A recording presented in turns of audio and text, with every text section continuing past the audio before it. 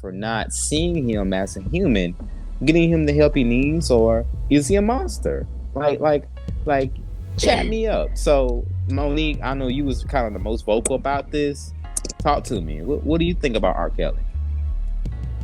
Well, when it comes to R. Kelly, let me preface by saying this. All right. I do believe wholeheartedly that R. Kelly is sick. Like, I believe wholeheartedly he is sick. He's wrong. He is a problem. And he needed to be caught. He needed to be held accountable for the things that he did. Now, with that being said, I also feel like R. Kelly shouldn't have went down by himself. And here's why I say that. If you watch the Surviving R. Kelly documentary, it's mentioned a few times. R. Kelly does not read and write well.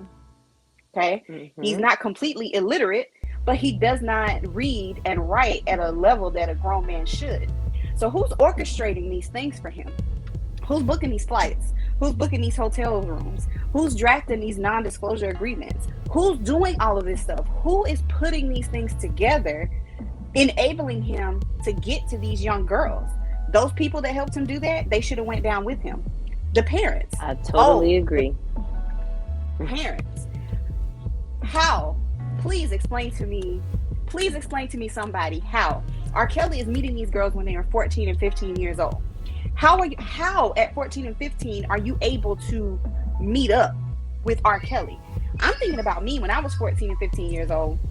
If I had went to my mama and said, "Oh, mama, I met R. Kelly and he want me to meet up with him at the studio," the first question my mama gonna ask me is, "Where was your little behind that to meet R. Kelly in the first place? And what makes you think you finna go meet up with him at a studio?" Like, no. So I'm like, I feel bad. My heart goes out to the girls that went through that traumatic experience with him, and I feel bad for them. But when it comes to their parents, I'm sorry. I don't feel bad for you. Because if you watch the documentary, some of the parents on there said, "Well, I knew about the charges that R. Kelly had before. I knew he had been to court before, but the court didn't find him guilty, so I didn't think anything of it."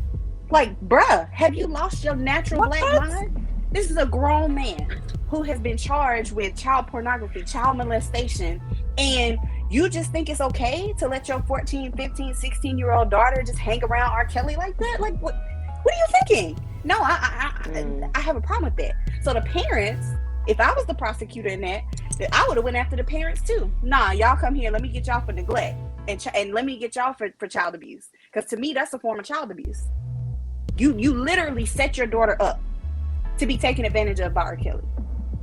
Yep. You literally set your child up to be taken advantage of R. Kelly. And now all of a sudden, because your daughter wasn't different, now all of a sudden, because you dangled a piece of fruit in front of the serpent and he got a hold to her, now you want to be mad. Oh, now you want to come for R. Kelly. Nah. You handed your daughter to R. Kelly on a silver platter. And now you mad? Because he gobbled it up. Bruh, how are you upset? Explain that to me. I gobbled it up. Gobble, gobble. Do I think that R. Kelly's... Yes, gobble it up. Do I think that R. Kelly's past plays a role into, like, what he has turned into now? Absolutely. R. Kelly... It was mentioned in that documentary that R. Kelly was molested from, what, like age 6 to 14, 15? So that's... Yeah, by a family member. 7 year period that he was being molested. So he was by a family member, and people knew. Whoa. So Darius, did you watch the documentary? I just couldn't stomach it because this is my thing. I didn't. I probably should have. I'm so dumb, y'all. But I was sick, so I didn't get a chance to watch it. So I a lot of it I missed. However, you said that he was molested for 6 or 7 years straight? Yeah, straight. Yeah. By a family member. And what gets me with it is people in his family knew this was happening to him, but they did not do anything. They did not do anything. They allowed it to happen. So there was a clinical psychologist on the documentary, and she made an excellent point. when children are molested, not only does it confuse them sexually or confuse them about their sexuality, and not only does it make them hypersexual, but it also teaches them that sex is a power tool. And they grow, like some kids who are molested grow up and they view sex as a way to have power over people. They don't want to feel powerless. They don't want to feel they don't want to feel victimized. So they use sex as a means of power. And what better way to exert power than over somebody who can't defend themselves against you? So do I think that R. Kelly's past played a role into the stuff that he's into now? Absolutely. Does it excuse it? No, it doesn't. No. But does it explain it? Yeah, it does. Yep. It explains it. I think if R. Kelly had got help as a kid, we probably wouldn't be having this conversation today. He would go to his neighborhood McDonald's and wait for girls to get out of school to approach them. He was like in his 20s. Why are you at McDonald's looking for little kids? And you 20, 22, 24, somewhere around there. He was in his 20s. He was old. My man went to McDonald's. Like, god dang, like, all the fine girls is just looking for Happy Meals, bro. Like, and McDonald's had a playpen. Right. Seriously, he was all up in it. But here's my thing. I have a slightly different view of this because, again, you have to look at the trauma, and then you have to look at the industry that R. Kelly was in.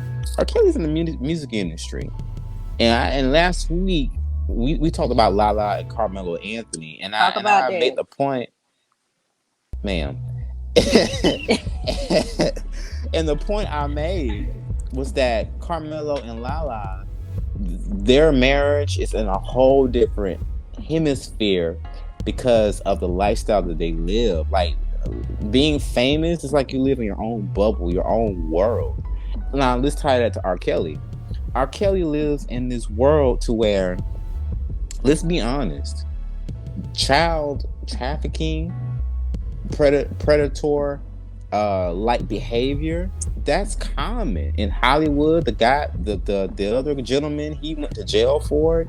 Like, this is so common in Hollywood. And my thing is this, like, we talk about R. Kelly like, you know, like he just come up with this himself, but who's to say that this is not something where did he learn this from? Like I think he learned this as part of being a part of the music business. Like, I think this is a huge thing in the music business that either you're able to keep on the wraps, or you're able to, if you get caught, it's because somebody dropped the hammer on you, or somebody. And I agree with R. Kelly on this. I don't know, I'm jumping all over the place, but rock with me. R. Kelly was, y'all remember the Gayle interview when he was on there and he was crying? He was like, "They're trying to kill me, y'all." Remember that interview? I believe him. I believe that to an extent, people were trying to get him. I think that he got into the music business. I think this child trafficking sickness is prevalent in the music industry in certain circles. And I believe the higher you go, the crazier it gets. And I believe that he got caught up in it. Maybe a few people in the music circles decided that R. Kelly, need to go down for whatever reason. They were out to get him, and they dropped the hammer on him so the hammer don't fall back on them. Because R. Kelly said, there's an article out saying that R. Kelly, he's like, "I'm a hummingbird now, brother. You convict me, I'm about to hum. He said that he's about to drop the hammer. He's about to tell. Go ahead. Here's my thing, Darius, and I do agree with you that the industry itself is pretty corrupt. However, when it comes to R. Kelly specifically, I feel like whether he was famous or not, he still would have had those sexually deviant issues. I think he was able to escalate those issues to the level that it got because of the industry. But I think whether he was famous or not, I still believe that he would have had issues with wanting to be with young girls. But I think he was able to do it at the level he was able to do it at because of the industry. And because it's like you said earlier, you have some people that see him as a monster, but then you have a good percentage of people that see R. Kelly as this musical genius. And as a culture, as a Black culture, we have this mindset that people are always out to get us. So in our culture, especially when it comes to the entertainment industry, we have these figures that are untouchable. You know, we have these people that are untouchable, and it don't matter what they do, you don't come for that person. R. Kelly is one of those people. So culturally, we enable, and I hate to admit it, because initially I was one of those people, you know, was like, I mean, yeah, R. Kelly doing that, but have you heard Step in the Name of Love? That was me. But, you know, I'm older now and I have more common sense. I'm older now, I have more common sense. And I'm just like, okay, culturally, we enabled R. Kelly to do the things that he was doing. Culturally, we did. We enabled R. Kelly to continue to do the things that he was doing, because I'm willing to bet everything that I have. If R. Kelly had been doing this with little white girls, he'd have been locked up a long time ago. What? A long time. Oh, so you think first it's time? That girl jumped because you have girl. to. He would have been gone. You have to look at it. R. this Kelly way. would have been gone a long time ago. If these were little white girls, he was execution style. Okay. Yeah.